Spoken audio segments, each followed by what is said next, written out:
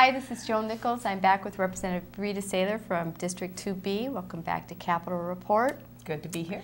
I know we're in a big budget and deficit year and bonding year, but we also have policies that we've been working on, and there's something really very close to home that you've been working on with legislation on vacation homes. That's right, and I'm bringing that up today because it's one of these issues that has two sides to it, and I sort of like to be able to bring up both sides for people to think about. Because for one thing, this bill is dead. Well, nothing's ever dead until we're adjourned, but it's probably not going too far this year. But it's an issue that will come up again because it's a thorny issue. And particularly for my area, the vacation area with resorts and lakes, and it's a destination that people want to come up to for vacations. And the issue is defining what is a vacation home. And this actually started probably 5 years ago with doing a study. We asked the Department of Commerce to do a study about the prevalence of vacation homes, and what that means is private homes being rented out for a weekend or maybe a week or two to families or anybody that wants to rent them out. And some of the issues that come up are, on one hand, we have regulations which are important for public safety for the bed and breakfast and the resort industry and the rest of the lodging industry, that they have to have fire safety, they have to have adequate septic systems, their water supply has to be tested so that when people rent lodging, they can be assured that they're not going to be drinking water that isn't safe. At any rate, so there are the issues of safety. Then there are also the issues of all of these establishments that are regulated are losing business when somebody rents out a vacation home and Sure. people go there. They're not coming to the local place of business. Now, a lot of people don't really think that's a big deal, but it is a big deal for local economies, especially in resort areas that rely so heavily on those lodging establishments. So it's a very big deal to those folks. And it's kind of interesting that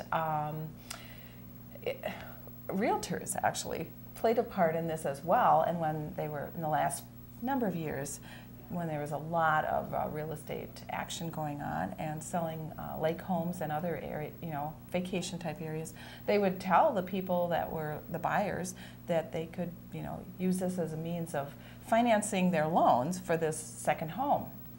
Well, that sounds great. If you're the person buying the home, it's like, oh, here's how I can afford to pay for this, property. But it's encouraging these folks into direct competition with the local establishments, lodging establishments. So we have some safety issues. We have issues of fairness. We have issues of economics. And as we're talking about trying to save all the jobs we can, obviously it's not in the interest of our local businesses. And that's important to protect them as well. But then the other side of that issue, or another side, is people are saying, well, how can you tell us what to do with our own home? And I can see how that resonates with people as well. And so the bill that Representative Lane carried and I was a co-author on, it actually was about defining a vacation home. What is it? And the definition that we came up with after much discussion was you could, if it was rented out 2 times or less, during a year, no problem. We don't consider that a business, so twice a year is not a problem. Or if it's less than a month, because many times people rent their homes to college students or other people for a long period of time for lodging, and so that's different. So the other thing was advertising. If they advertised their homes, such as on the websites or any other place, then it was considered a business.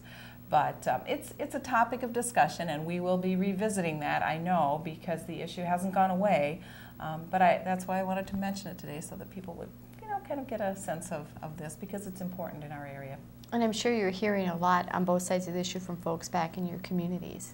Well, I haven't heard much on one side of it. Folks haven't been calling a whole lot. But then the bill didn't get very far this year. But I have heard a lot from the lodging establishments and also health officials, people that are concerned about, making sure that the standards are adhered to everywhere if you're renting out to somebody else. Yep. Well, we will look forward to hearing, I'm sure, more about it. If not this session, then next Certainly. session.